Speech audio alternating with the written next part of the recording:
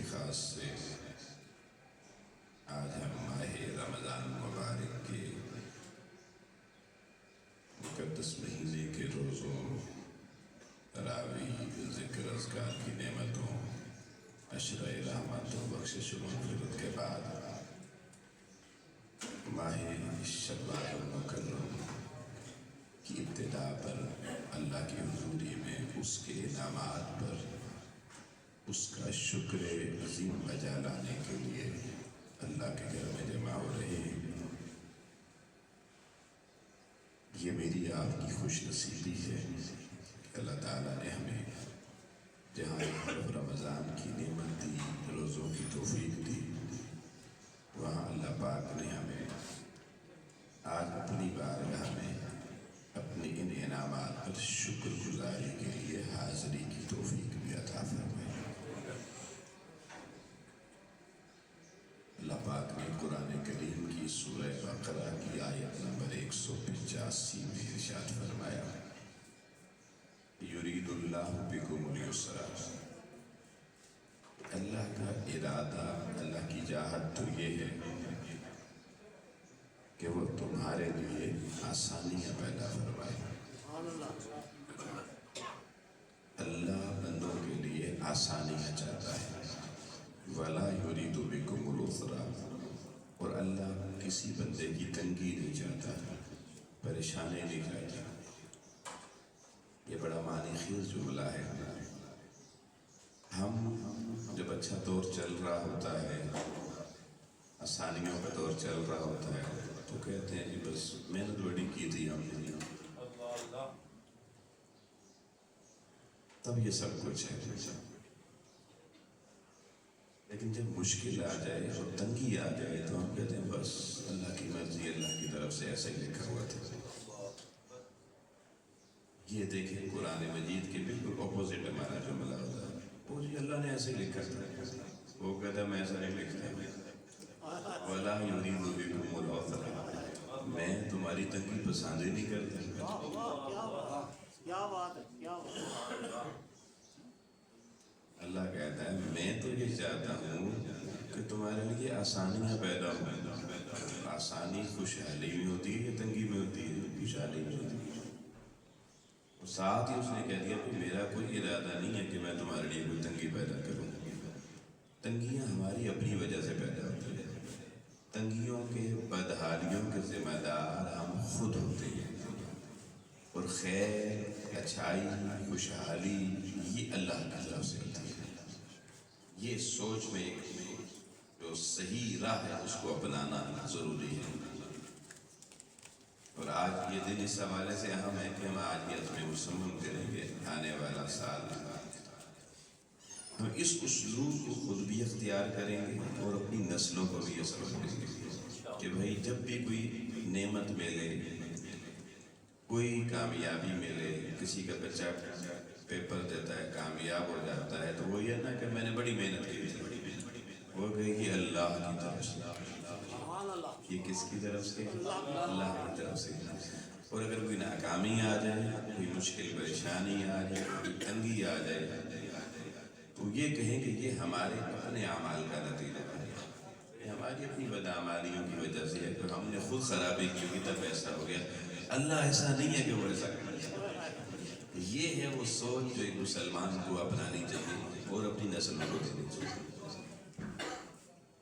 پھر اس نے کہا کہ اس راستے پر چلنے والے جو ہر خیر اپنی طرف منسوب نہ کریں، اللہ کی طرف منسوب کریں، اور ہر تنگی اور مشکل کو اپنی طرف اور اپنی بدعمالیوں کی طرف اس کو منسوب کریں۔ فرمایا یہ لوگ کیا کرتے ہیں، وَلِتُكَبِّرُوا اللَّهَ عَلَىٰ مَا هَدَاهُمْ، یہ اس اللہ کی جس نے ان کے لیے ہدایت کی راہیں کھولی ہیں اس کی تکبیرات پڑھتے رہتے ہیں، اس کی کبریائی بیان کرتے رہتے ہیں۔ تکبر اللہ، اللہ اکبر، اللہ اکبر کہتے رہتے ہیں۔ تکبر اللہ ہے اللہ اکبر، اللہ کی بڑائی بیان کرنا، اللہ کی عظمت بیان کرنا۔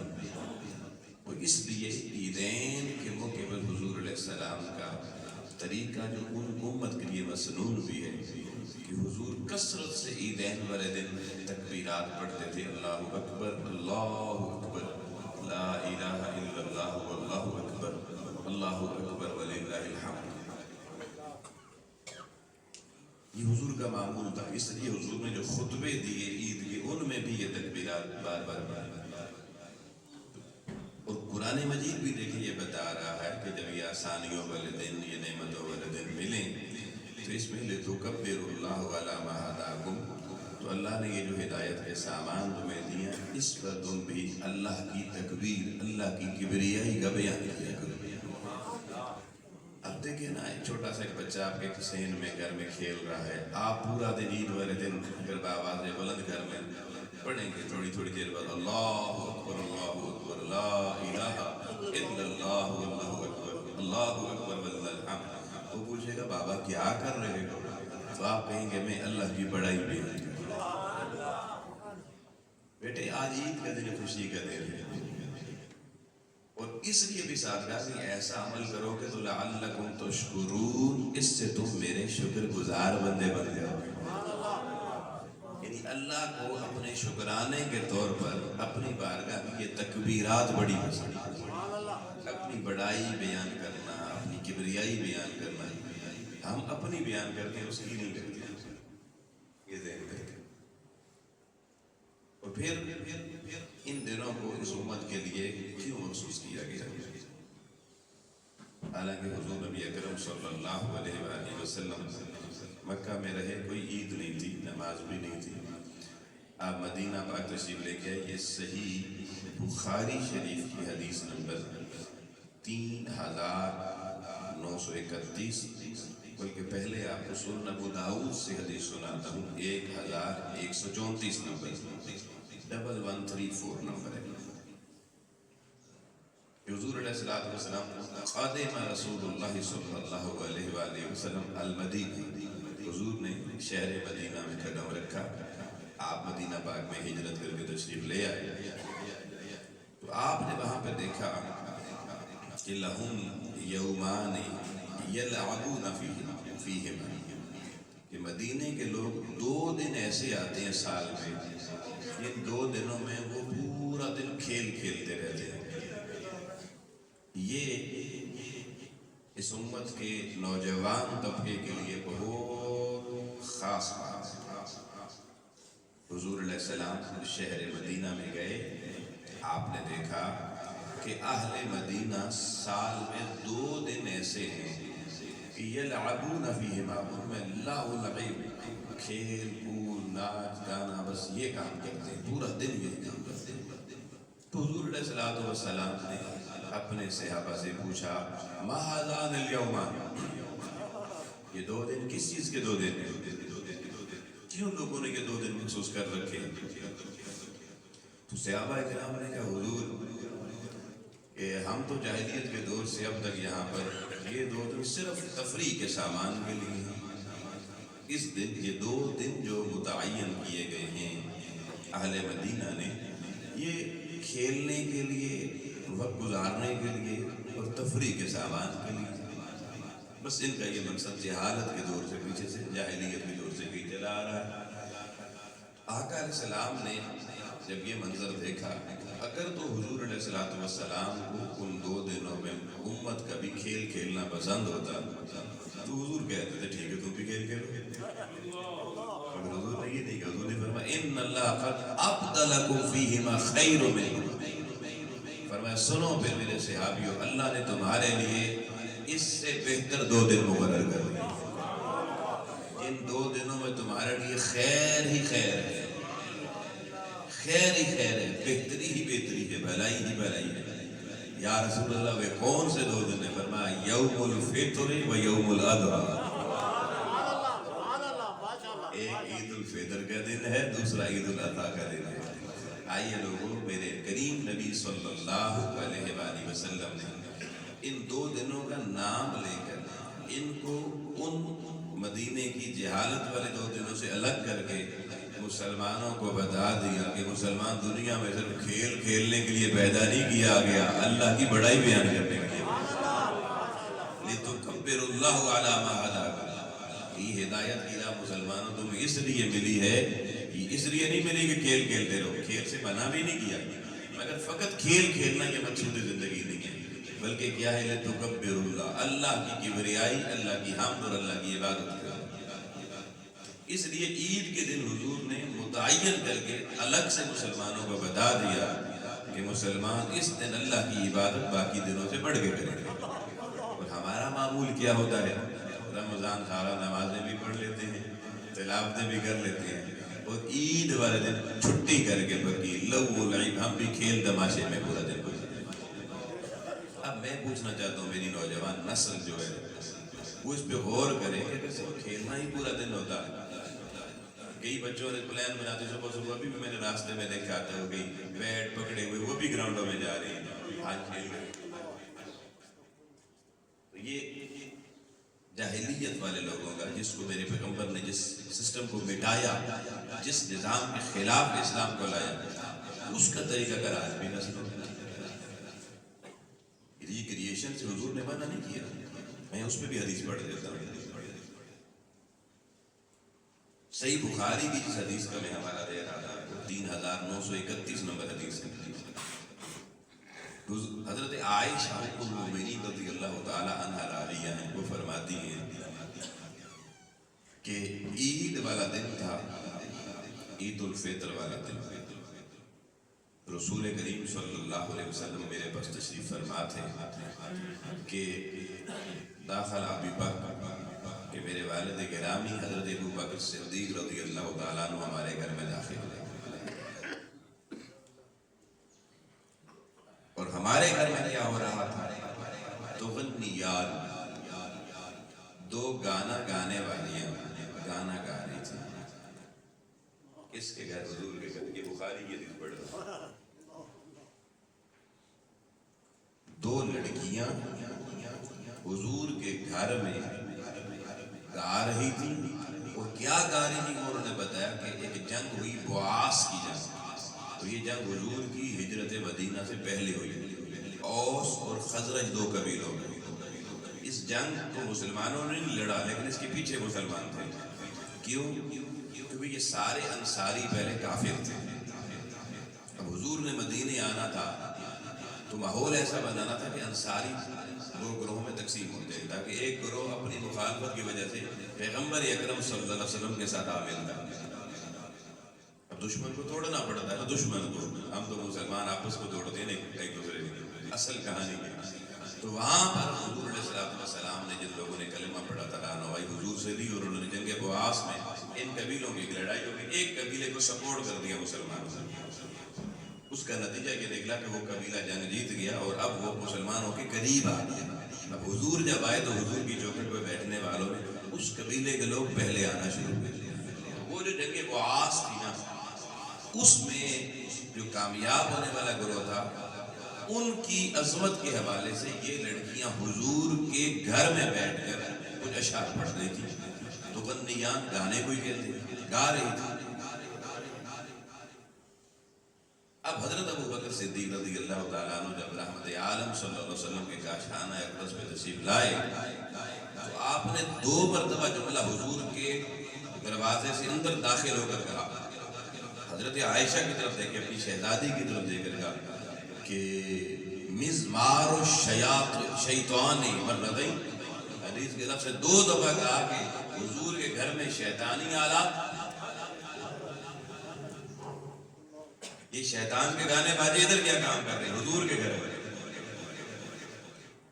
تو نبی کریم صلی اللہ علیہ وسلم نے جب یہ بات سماعت کی تو فرمایا دعہما یا ابا بکر، اے ابو بکر بیٹھ جا، ان کو پوچھنا کیا، بیٹھ جا، ان لکل قوم عیدا وان لنا یوم العید وان عیدنا هذا اليوم، یہ بھی جملہ، وان عیدنا هذا اليوم۔ ابو بکر تشریف رکھ، بیٹھ جا، ہر قوم کی کوئی عید ہوتی ہے، آج ہماری بھی عید ہے، آج ہماری عید ہے۔ یعنی دیکھیں عید والے دن حضور کے گھر میں، کسی مولوی کے گھر کی بات نہیں کر رہا، وہاں تو فتویٰ لگ جائے، حضور کے گھر میں اب فتویٰ نہیں لگا سکتے کیونکہ حدیث بخاری میں لکھی ہے۔ لڑکیاں حضور کے گھر میں بیٹھ کر عید کی نماز پڑھنے کے بعد حضور کے گھر میں بیٹھ کر گا رہی ہیں. آپ کی اماں عائشہ رضی اللہ تعالیٰ عنہ بھی بیٹھی ہوئی ہیں. ہمارے نبی حضور علیہ السلام بھی بیٹھے ہوئے ہیں. حضرت ابوبکر صدیق آئے, انہوں نے ان کو ڈانٹنے کی کوشش کی, حضور نے روک دیا. اب بقیہ حدیث مشکات المصابیح میں ہے وہ گاتی رہی اور یہ سنتے رہے تا وقت یہ کہ سورج ڈھلا. سورج ڈھلا اور اب حضور علیہ السلام نے کہا اب آپ چلی جائیں, اب ہماری عبادت کا وقت. یعنی ایسا کھیل کود پیغمبر اکرم کی شریعت میں جائز نہیں ہے جو کلمہ پڑھنے والی امت کو اللہ کی عبادت اور نماز سے غافل کر دے. ہمارے بچے جب گراؤنڈوں میں جاتے ہیں تو وہ پیچھے بھول جاتے ہیں اذانیں کدھر ہیں, نمازیں کدھر ہیں. یہ والا کھیل جو نمازیں بھلا دے, عبادتیں بھلا دے, یہ اہل کفر کا مشغلہ تھا. مسلمان بھی کھیل کھیلتا ہے لیکن کھیل اپنے وقت پہ کھیلتا ہے, اور جب اللہ کا بلاوا آ جائے تو کھیل کود چھوڑ کر اللہ کے بلاوے پر اللہ کی بارگاہ میں حاضر ہے. یہ فرق کرے تاکہ پتہ چلے حضور نے جب ان ایام میں اور کافروں کے ایام میں فرق کر دیا کہ مسلمان ان کا شکار نہ ہو, کیونکہ صرف کھیل کھیلنا ہوتا تو وہ 2 دن آلریڈی اہل مدینہ نے متعین کیے ہوئے تھے. تو احباب گرامی, اب دیکھو حضور نے ہماری ہر چیز کا خیال رکھا. یہ حضور نے اپنے گھر میں گانے والیوں کو بٹھا کے جنگ بواس کے اشعار کیوں سنے؟ یہ ہماری سیلف ریکریشن کے لیے, کہ ہم بھی ریکریشن کے لیے, انجوائمنٹ کے لیے اگر ہم بھی ایسا کرنا چاہیں شرعی حدود و قیود کے اندر, تو امت یہ نہ کہے کہ پیغمبر نے ہمیں یہ راستہ نہیں دیا. اب جب آپ امت کے لیے راستے بند کر دیتے ہیں نا, ہمارے علماء بعض اوقات اپنی ناقص الذہنی کی وجہ سے, تو پھر نوجوان نسلیں غیروں کی طرف جاتی ہیں, کافروں کی طرف جاتی ہیں, پھر وہ ان کے گیت سنتی ہیں, پھر ان کا میوزک سنتی ہیں, پھر ان کی رسوم اپناتی ہیں. کبھی غور کیا آپ نے؟ کیونکہ انسان کے اندر ہر چیز کی فطرت موجود ہے, اس کو کیا کیا چیز چاہیے. قربان جائے رحمت عالم تیری عظمت, آپ نے امت کی جتنی ذہنی, طبعی, فکری ضرورتیں تھیں ان ساری ضرورتوں کا اہتمام کر کے بتا دیا. محمد عربی کا دین دنیا کا سب سے بہترین. آج لوگ بہت متشدد ہو جاتے ہیں, ساری چیزیں حرام. اب کوئی پوچھے جی پھر ریکریشن کے ذریعے, وہ کہتے ہیں ایسا نہیں. اب آپ گرامی یہ ایک پہلو ہے جس کو میں نے آپ کے سامنے رکھا کہ حضور علیہ السلام نے اور دین محمدی نے ہماری طبیعت کے مزاجوں کا مکمل خیال رکھا. اب میں اس کا دوسرا پہلو آپ کے سامنے رکھ رہا ہوں. اس کے ساتھ ساتھ عمومی طور پہ تو پورا ساتھ, اور خصوصی طور پہ ان ایام میں پیغمبر اکرم صلی اللہ علیہ وآلہ وسلم نے کچھ پیغام آیا. پورے سال بعد جو آپ کی مسجد کے خادم ہیں ان کے لیے بھی یہ فنڈ جمع ہوتا ہے عیدی کے لیے, اس کا خیال رکھنا ہے آپ لوگوں نے. یہ جو ایام ہوتے ہیں بنیادی طور پر جہاں ایک طرف اللہ کی بارگاہ میں اس کی شکر گزاری, اس کی عبادت, اس کی بارگاہ میں یوم تشکر کے طور پہ ان ایام کو بجا لانا, ایک مقصود ان کا یہ ہوتا ہے. اور دوسرا مقصود ان ایام کا, عیدین کا در حقیقت یہ ہوتا ہے کہ مسلمان ان دنوں میں آپس میں اتحاد اور یکجہتی کا مظاہرہ کر کے دنیا کو بتا دیں مسلمان سے کبھی ٹوٹ نہیں سکتا. یہ ہے اصل مقصود. اس لیے اجتماع صبح سویرے کا منعقد کرو, مسلمانوں کا اجتماع اور مسلمان اکٹھے ہوں بلا تفریق, ہر طرح کے کلمہ کو, اور مل کر عید کی نماز پڑھیں, خطبہ سنیں, اجتماعیت سے اپنے دن کا آغاز کریں تاکہ پتہ چلے معاشرے کو, سوسائٹی کو, لوگوں کو کہ آج کا دن ٹوٹنے کا نہیں, جوڑنے کا دن. آج کا دن ناراضگیاں رکھنے کا نہیں, ناراضگیاں بٹھانے کا دن ہے. آج کا دن اللہ کی بارگاہ میں میرا شکرانہ قبول تب ہوگا جب کلمہ پڑھنے والے اپنے ناراض پڑوسیوں, رشتہ داروں کو میں سینے سے لگاؤں, میں انہیں معاف کر دوں گا. اگر یہ جذبہ عید والے دن بھی ہماری طبیعتوں میں نہیں آتا, اور وہ شکاوت قلبی اور کساوت قلبی اور بدبختی ہمارے اوپر غالب رہتی ہے تو ایسے بندے کی کوئی عید نہیں ہے۔ عید کا مقصد جہاں ایک طرف اللہ کی بارگاہ میں شکرانہ نعمت ادا کرنا ہے، وہاں دوسری طرف امت کی اتحاد اور یکجہتی کی فضا کو پروان چڑھانا ہے۔ اسی لیے عید کی نماز پڑھ کے سنت طریقہ یہ ہے کہ آپ اپنے رشتہ داروں، پڑوسیوں، عزیزوں کے گھروں میں جائیں، ان سے گلے ملیں، ان کو عید کی مبارکباد دیں، تاکہ سب کو یہ پیغام ملے یہ دن اللہ نے ہماری زندگی میں وہ رکھے ہیں، اگر کوئی دلوں میں کہیں نفرت، بوری، بیزاری آ بھی جائے، ان دنوں میں اللہ کی طرف سے ملنے والی فرحت پر، کیونکہ فرحت اور خوشی تبھی اچھی ہوتی ہے سارے لوگ جس میں شریک ہوں، تاکہ بندہ سب کو درگزر کر کے سب کو سینے سے، ادھر بندہ بندے کو سینے سے لگا کے معاف کرتا ہے، ادھر اللہ کہتا ہے اور تو بندہ ہو کے اپنا ظرف اتنا بڑا رکھتا ہے، میرے بندے کو معاف کر رہا ہے، میں رب ہو کر بھی تمہیں معاف کر رہا ہوں،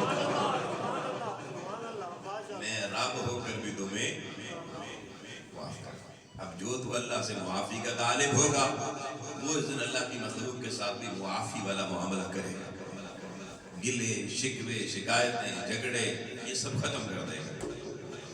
کیوں؟ روزے آپ نے کیوں رکھے؟ جہنم میں جانے کے لیے؟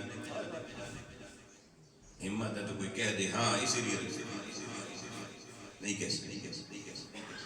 روزے رکھے تقویٰ ملے، تقویٰ کیوں ملے؟ تاکہ آخرت میں کامیاب ہو کے اللہ کی جنت تک چلے جائے۔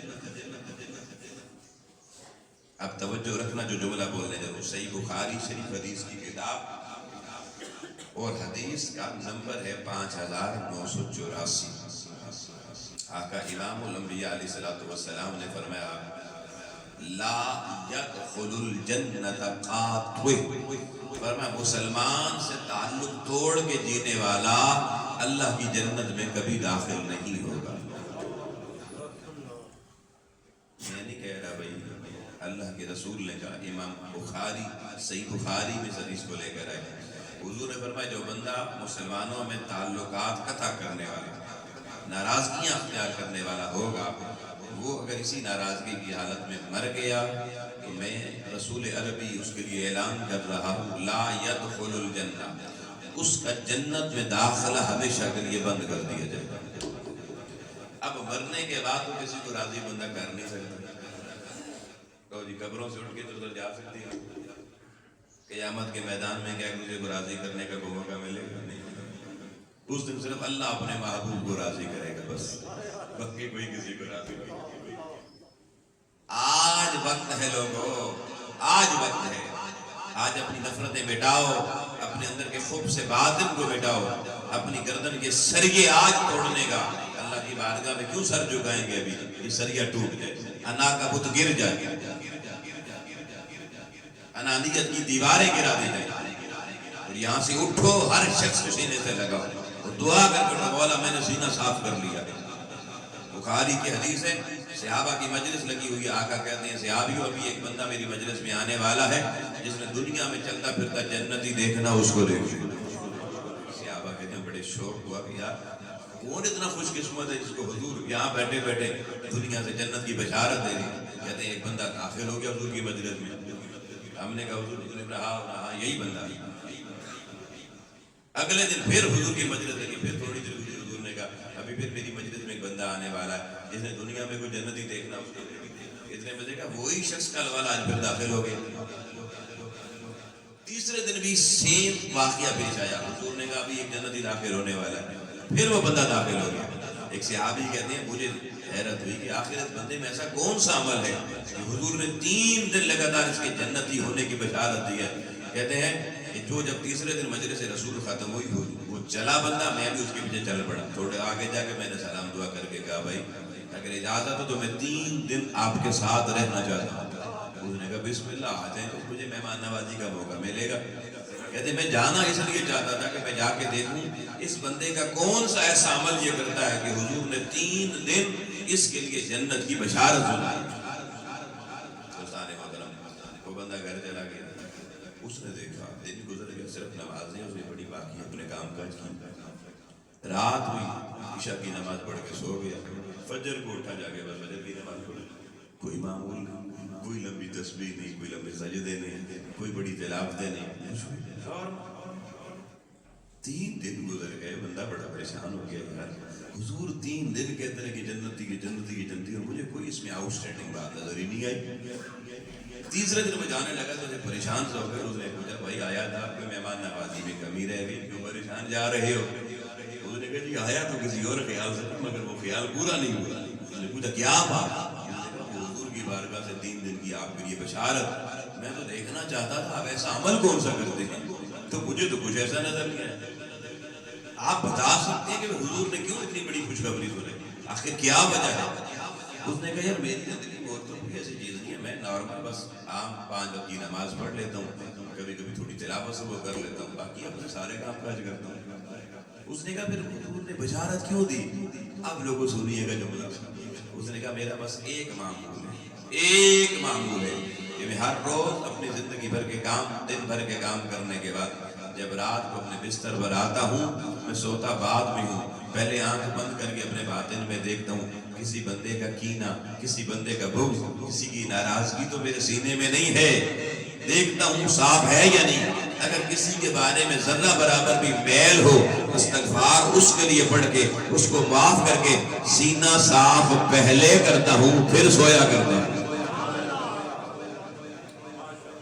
یہ تھا وہ رات جس پر حضور نے 3 دن اس کو جنت کی بشارت سنائی۔ اب ہم نے کبھی اپنا سینہ چیک کیا؟ کتنی نفرتیں پال رکھی ہیں، کتنی آگ اندر جل رہی ہے، کتنا خوب سے باطن اندر چل رہا ہے، اور پھر بھی جنت کے لئے۔ اور آخری حدیث ایک آپ کو سنانا چاہتا ہوں احباب گرامی، یہ صحیح بخاری شریف کی حدیث نمبر 5999 نمبر ہے۔ حضور نبی اکرم صلی اللہ علیہ وآلہ وسلم نے فرمایا الراحم الشجن من وصلها وصلہ من قطعہ قطعہ۔ حضور علیہ السلام نے فرمایا ایک دوسرے پہ رحم کرنا، شفقت کرنا، ایک دوسرے کو معاف کرنا، ایک دوسرے کے ساتھ صلہ رحمی کرنا، فرمایا یہ ایسا ہے جیسے آپ نے ایک شاخ پکڑ لی ہے، ایک ٹہنی پکڑ لی ہے۔ کیا پکڑ لیا جی؟ ایک شاخ کو پکڑ لیا، شجنا۔ اور یہ جس شجر کی شاخ ہے وہ کون سا شجر ہے؟ فرمایا وہ شجر وہ ہے، وہ اس رحمان کا شجر ہے۔ یہ وہ شجر ہے صلہ رحمی کا درخت جس کا اصل شجر، جس کی جڑ رحمان کے ہاتھ میں ہے اور اس کی ٹہنی بندے کے ہاتھ میں آ جاتی ہے جب وہ اللہ کی مخلوق سے صلہ رحمی کرنا، معاف کرنا سیکھ دیتا ہے۔ اور حضور نے فرمایا جو صلہ رحمی کرتا چلا جاتا ہے وہ اس شاخ کے ذریعے اتنا اللہ کی ذات کے ساتھ جڑتا چلا جاتا ہے، اور جو صلہ رحمی چھوڑتا چلا جاتا ہے، قطع رحمی تعلقات توڑتا چلا جاتا ہے، وہ اتنا اس شاخ کو چھوڑ کر اللہ کی بارگاہ اور معیت سے دور ہوتا چلا جاتا ہے۔